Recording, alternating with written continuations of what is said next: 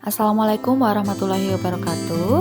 Alhamdulillahirrahmanirrahim, kita masih diberikan kesempatan untuk kembali bertemu dalam praktikum dasar biokimia gizi. Pada kesempatan hari ini kita akan mempelajari mengenai bagaimana cara menentukan kadar Hb dengan metode Sahli.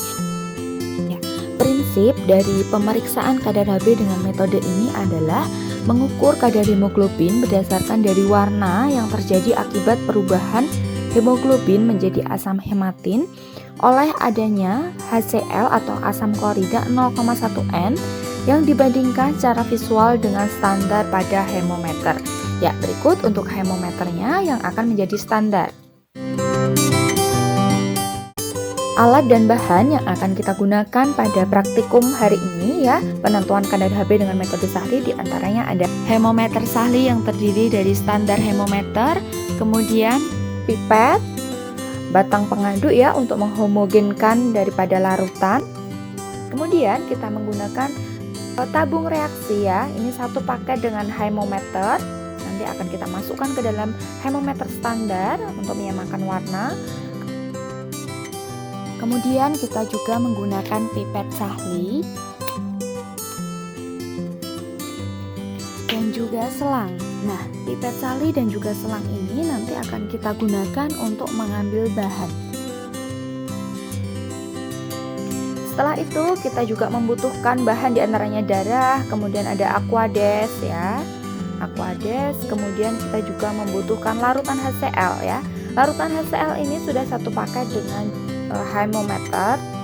Jadi ini sudah kesatuan ya, rangkaian alat yang akan digunakan untuk pemeriksaan kadar Hb dengan metode Sahli. Untuk langkah kerja yang pertama, kita masukkan dulu tabung reaksi Sahli ke dalam hemometer standar. Kemudian kita akan tuangkan larutan HCl 0,1 N ke dalam tabung reaksi tersebut. Ya, kita ambil larutan dengan menggunakan pipet tetes. Ya, kita isikan secara perlahan ya agar tidak tumpah larutan HCl tersebut. Kemudian kita akan mengisikan sampai dengan garis atau angka 2 pada tabung reaksi tersebut. Ya, berikut sudah kita dapatkan larutan 0,1 N HCl ya pada garis 2 di dalam tabung reaksi tersebut. Ya. Selanjutnya kita akan mengambil sampel yaitu darah dengan menggunakan pipet Sahli dan juga bantuan selang. Sebelum kita memasuki cara kerja yang ketiga, terlebih dahulu kita akan merangkai alat yang akan kita gunakan untuk mengambil darah. Ya, kita akan menggunakan selang dan juga pipet Sahli ini. Namun sebelum kita gunakan, kita harus pastikan bersih dulu dengan cara kita semprot dulu dengan menggunakan alkohol.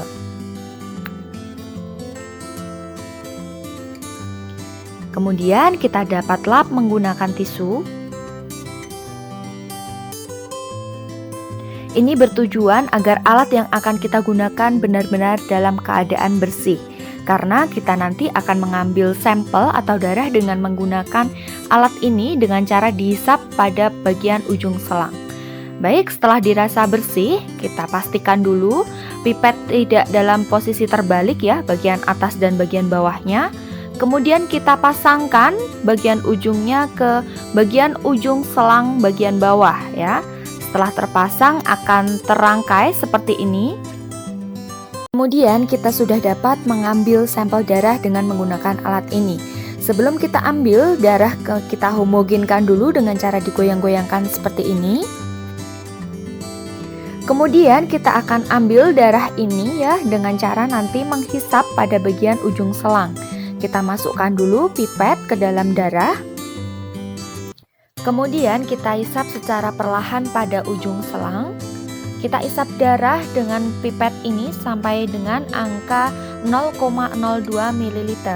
Kemudian setelah darah kita dapat ambil ya sebanyak 0,02 ml, pada bagian ujung selang kita tutup dengan menggunakan tangan supaya darah yang sudah kita ambil tidak keluar.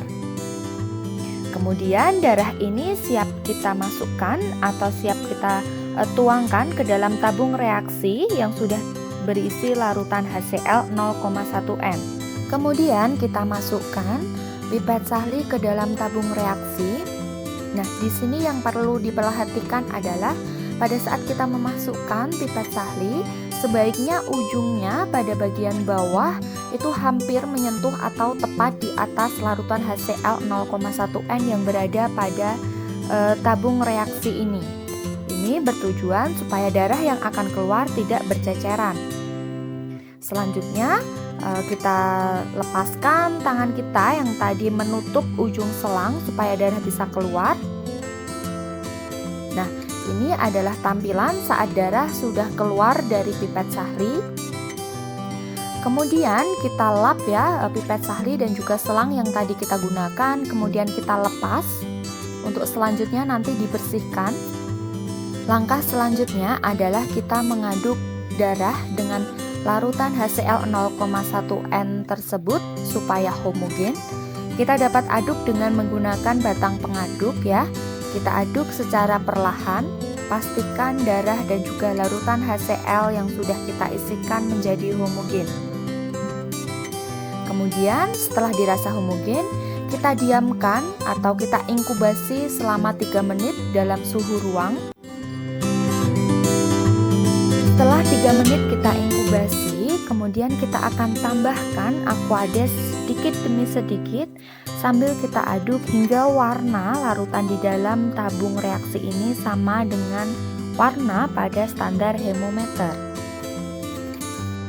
Ya, kita bisa tambahkan sedikit demi sedikit dengan menggunakan pipet tetes. Di sini yang perlu diperhatikan adalah posisi batang pengaduk berada di dalam tabung reaksi, supaya kita mudah untuk langsung mengaduk larutan tersebut setelah ditambahkan dengan Aquades.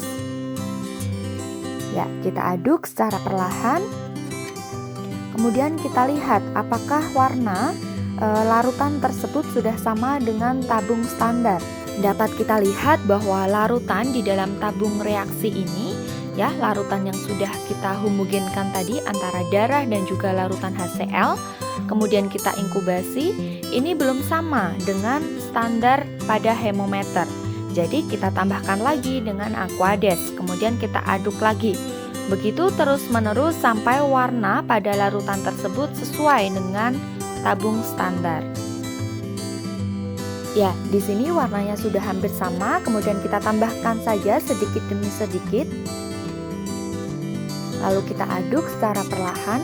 Nah, di sini dapat dilihat bahwa warnanya sudah sama dengan tabung standar pada hemometer. Langkah selanjutnya adalah kita akan membaca larutan di dalam tabung reaksi ini secara visual. Sama dengan cara pembacaan saat kita melakukan titrasi. Ya, kita baca dengan mata kita sejajar dengan larutan di dalam tabung reaksi. Ya, kita baca dengan posisi mata kita sejajar dengan meniskus bawah atau lengkung bawah pada larutan di dalam tabung reaksi. Baik, di sini dapat kita lihat bahwa cekung bagian bawah daripada larutan di dalam tabung reaksi tersebut berada pada angka 12 ya. Ya, jadi pada setiap strip pada tabung reaksi tersebut menunjukkan 0,2 gram ya. Oleh karena itu, dari hasil pembacaan ini bisa kita simpulkan bahwa kadar hemoglobin pada sampel darah yang kita gunakan sebagai bahan tadi adalah 12 gram per desiliter. Hemoglobin sendiri merupakan molekul di dalam sel darah merah. Hemoglobin bertugas untuk mengangkut oksigen ke seluruh tubuh dengan cara mengikat oksigen kemudian melepaskan ke sel dan jaringan yang membutuhkan.